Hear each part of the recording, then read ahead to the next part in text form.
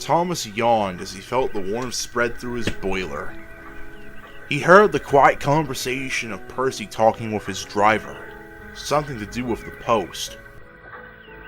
Are you sure there isn't anything for me? Percy asked. Afraid not, just some letters from family living on the mainland and other junk mail. His driver said. What's got you interested in the post, Percy? Thomas asked with a yawn. I know you like that job, but I don't think anyone would be writing to you.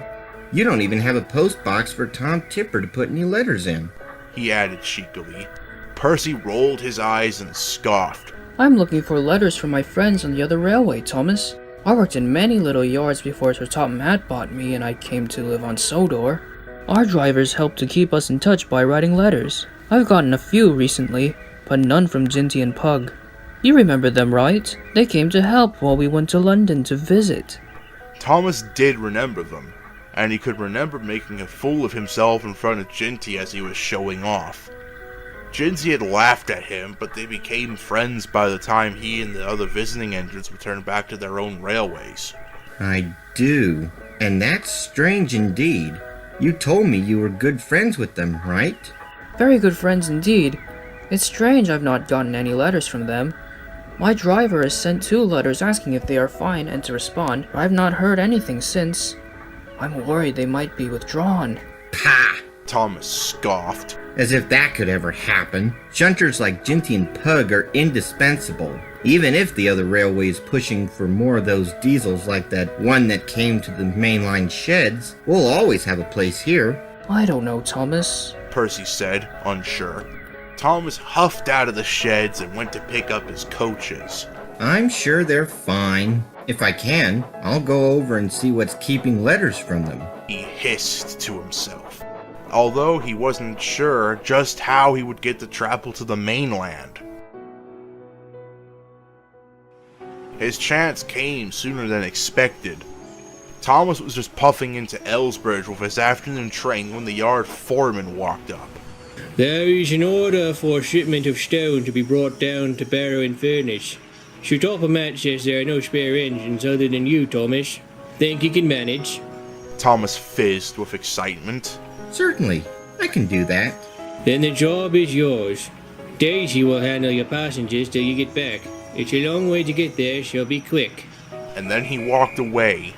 Now I'll see what's going on with Percy's friends and why they're not responding to his letters, Thomas said to himself. The sun was getting low in the sky as Thomas rolled over the bridge onto the mainland. The little blue engine was bubbling with excitement.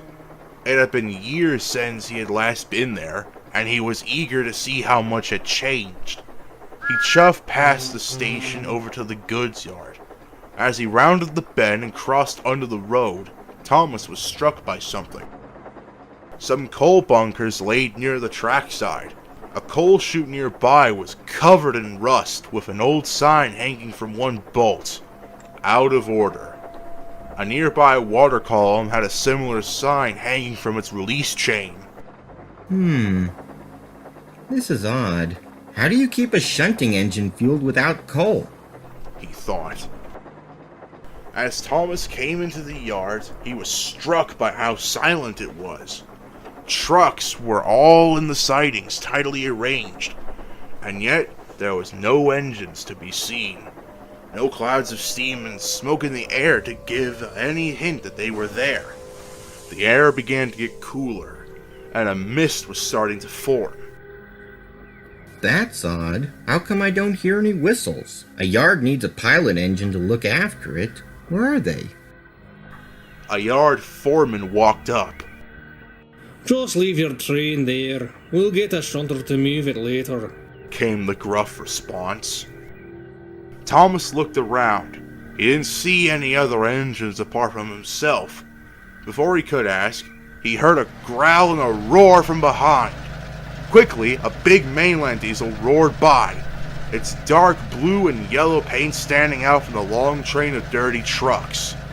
It roared through a warehouse loading platform and disappeared into the encroaching gloom. But where's the shunter? I haven't seen or heard one since I arrived.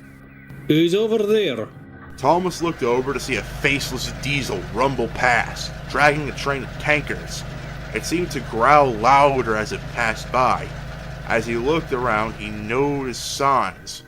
Diesel fuel, diesels park here, don't idle in sidings, and diesel loyal were what they said. Where's Genty? Or Pug? Don't they work here? Thomas asked sheepishly. Don't know no Jinty or Pug. Haven't had a Jinty in this yard for...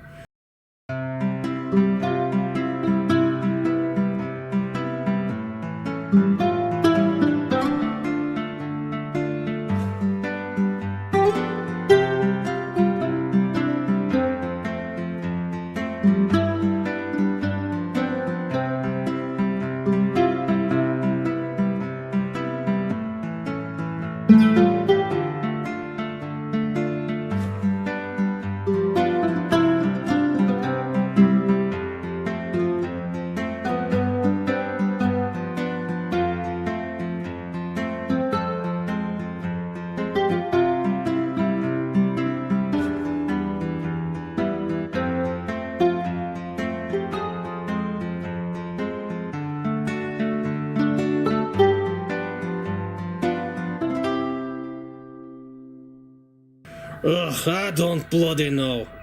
Anyways, you're uncoupled, so why don't you get yourself out of my yard? Thomas's crew, unnerved by the terse order, quickly opened the blue tank engine's regulator and they raced away into the distance. We have to find a turntable or something to turn around. If only this fog wasn't so thick. He was right. The mist was turning into fog as the temperature dropped. Thomas rattled over the points quickly. His eyes darted around as shapes appeared out of the gloom. Everywhere he saw diesel notices, coal bunkers filled with weeds and marked with masking tape crosses, indicating not to be used. Taking a guess, he followed a set of track curves between some buildings, which gradually became more open as the warehouse got smaller in scale. This must be the way. He thought. But it wasn't. Thomas followed the track for a ways, but nothing felt right. The tracks creaked and groaned under his wheels as the weeds brushed his chassis. Now he was certain this was the wrong way and he was lost. But up ahead he saw a gloomy shape of some steam engines in the dim dusk light. Driver, look! Steam engines. Thomas said hopefully. Maybe they can tell us. The words died in his mouth as the mist slowly cleared to reveal just where Thomas was. There were steam engines, but they were all covered in rust. They lay in piles near the tracks. Many did not have wheels and were just boilers stacked up haphazardly. The few engines still on the tracks chilled Thomas the most. These engines were not as rusty as the others, and seemed to have most of their parts, but they were silent. Silent and dead. Darkened smokebox doors stared out at Thomas, where their faces had once been. All the engines were small tank engines, just like him. Just like... Thomas gasped as he looked in the back and saw a familiar pair of engines. One had 6 small wheels, and the other had 4. Rust almost covered their early BR crests.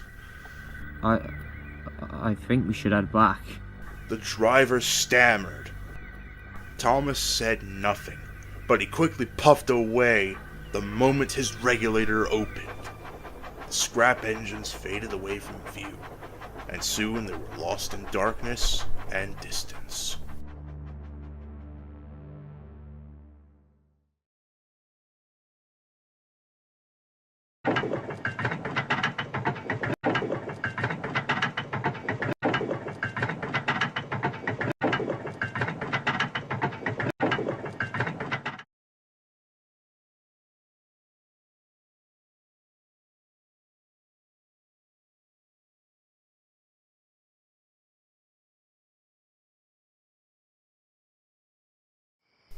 Percy parked his post vans neatly in the sidings and then puffed towards the sheds.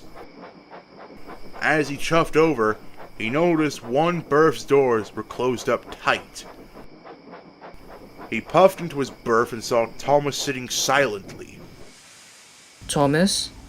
The blue engine jumped in shock as if he hadn't noticed Percy coming up. He then tried to force a scowl onto his face. Percy! Don't do that! He berated, trying to sound cross, though Percy could tell something was on his mind. Sorry, how did your trip go? I'm certain you enjoyed it since you never get to travel along the main line. I know you love your branch line, but still, it's nice to get out sometimes. Thomas looked around, as if not sure what to say. How was the mainland? I'm sure a lot has changed. What station did you drop your train off at? Barrow and Furnace. Oh, that's where Ginty and Pug worked. I heard they were moved there following our trip to London. Did you see them there? Thomas looked away and grimaced. Percy looked at him carefully, and in a moment he understood. Yes, I saw them. Thomas said. They really miss you and said they couldn't write to you 'cause they were so busy. I mean, you know the other railway, always busy and... They were scrapped, weren't they? Thomas paused mid-sentence and looked at Percy. The expression on the green saddle tank was blank and firm. It wasn't one of worrying or anything, just acceptance, as if this was something he'd long suspected. I'm sorry, Percy. I really am, said Thomas sadly. It's not the first time, Thomas. I've gotten letters from friends who've been withdrawn and scrapped. I only wish Ginty and Pug have written a letter to me to say goodbye. Maybe they did, and the letter was lost in the post. I guess I won't know. Thomas looked at Percy with a sense of wonder. He'd always known that Percy was a cheeky, bouncy, somewhat naive engine. And yet, he was handling the news very well. He could see sadness in his eyes, but also acceptance that Ginty and Pug were no longer around. He wondered for a moment how Percy could be alright with that. Then, as if sensing his question, Percy spoke again. We are very fortunate to live here with such a kind controller like Sir Tom had, aren't we, Thomas? Yes, Percy. We are.